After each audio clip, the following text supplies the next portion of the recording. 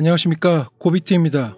볼린저 밴드 이름도 많이 들어봤고 공부도 해봤는데 잘 되시던가요?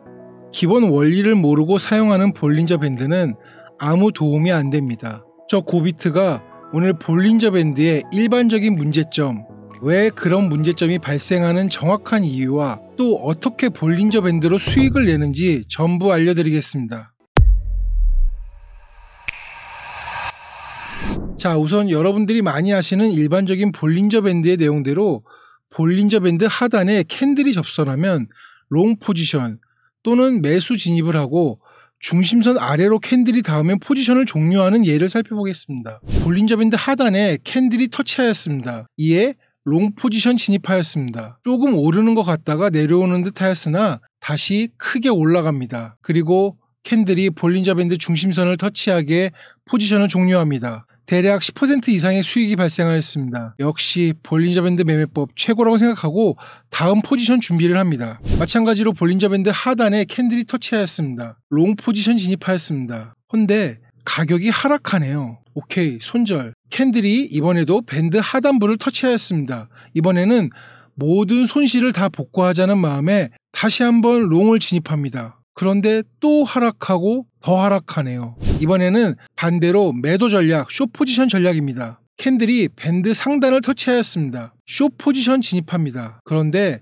밴드 하단을 터치 안 하고 다시 상단을 터치합니다. 아, 이게 싼 고점이라는 거구나.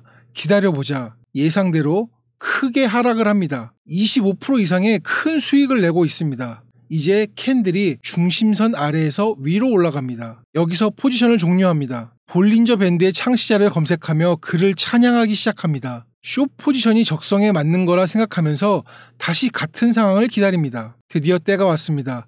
캔들이 밴드 상단을 터치하였습니다. 이전보다 더 많은 금액으로 숏 포지션 진입합니다. 이번에도 밴드 하단을 터치 안 하고 상단을 터치합니다. 다시 싼 고점이 출현하였네요. 그런데 웬걸, 내려갈 줄 알았던 가격이 미친 듯이 올라갑니다. 어마어마한 손실을 봤습니다. 이게 여러분들이 알고 있는 볼린저 밴드의 일반적인 매매법입니다.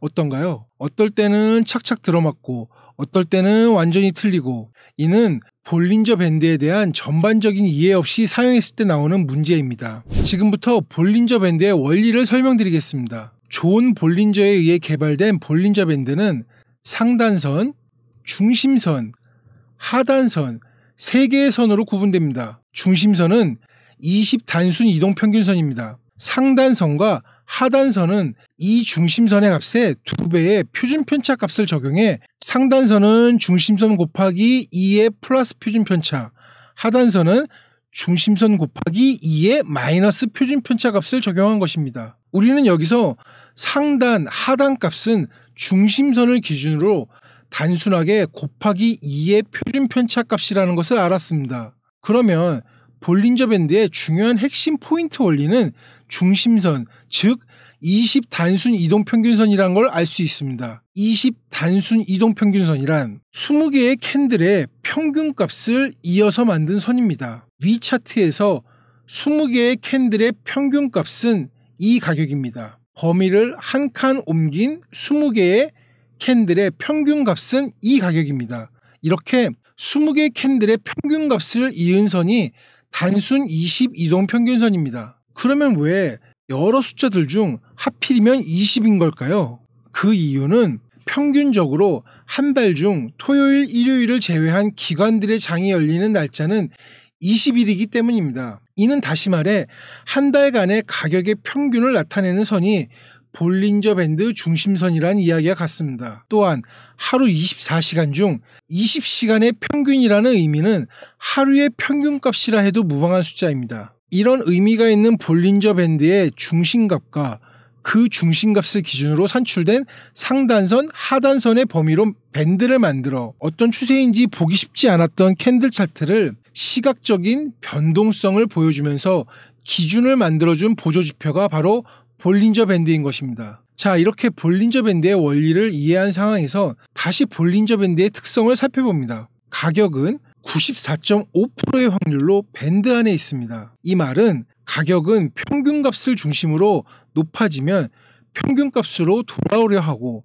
낮아지면 평균까지 다시 올라가려는 특징이 있습니다. 거기에 존 볼린저가 오랜 연구 끝에 개발한 2배의 표준 편차의 상한 하한선 범위 안에서 가격이 움직인다는 이야기입니다. 그런데 단 5%의 확률로 평균값을 벗어나는 움직임이 나타난다고도 하였습니다. 그 말은 다시 말해 5%의 변동성을 볼린저 밴드로 알아낼 수 있다는 뜻과 동시에 그 변동성을 우리의 수익으로 가져갈 수 있다는 뜻이기도 합니다. 그 변동성을 찾아내는 방법은 바로 볼린저 밴드의 레그를 이용하는 방법입니다. 레그란 주가가 상단 또는 하단 밴드에 도달하고 그 위치에서 일정 기간 동안 머무르는 패턴을 레그라고 합니다. 밴드 상단을 벗어나려 하다 밴드 안으로 복귀, 중심선 쪽으로 움직이고 밴드 하단을 벗어나려 하다 밴드 상단으로 이동하고 그러다 밴드를 이탈하는 강력한 캔들이 발생하며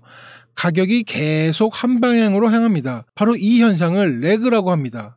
그리고 볼린저 밴드의 레그를 제대로 포착만 한다면 가격이 한동안 한 방향으로 지속되기 때문에 큰 수익을 낼 수가 있습니다. 보통 레그가 발생하면 볼린저 밴드의 형태가 수축에서 확장의 형태로 나타나는 것을 알 수 있습니다. 이 뜻은 가격이 22동 평균 위아래를 테스트하며 횡보 형태로 있다가 한쪽 방향으로 추세가 터짐에 따라 밴드의 형태가 수축에서 확장의 모습으로 나타나는 것입니다. 실전에 적용해 봅시다. 밴드가 수축해 있는 것을 확인하였습니다. 이후 큰 양봉 캔들이 밴드 상단선 밖에서 몸통 마감하며 형성되었습니다. 포지션에 진입합니다. 엄청난 상승입니다. 이제 포지션 종료는 캔들이 중심선 아래로 하회하며 종료합니다. 볼린저 밴드 상단 하단을 지지와 중심으로 역방향 매매가 아닌 레그 매매를 하니 큰 수익을 보네요. 다른 예시입니다. 밴드가 수축해 있는 것을 확인하였습니다. 이후 큰 양봉 캔들이 밴드 상단선 밖에서 몸통 마감하며 형성되었습니다. 롱 포지션에 진입합니다.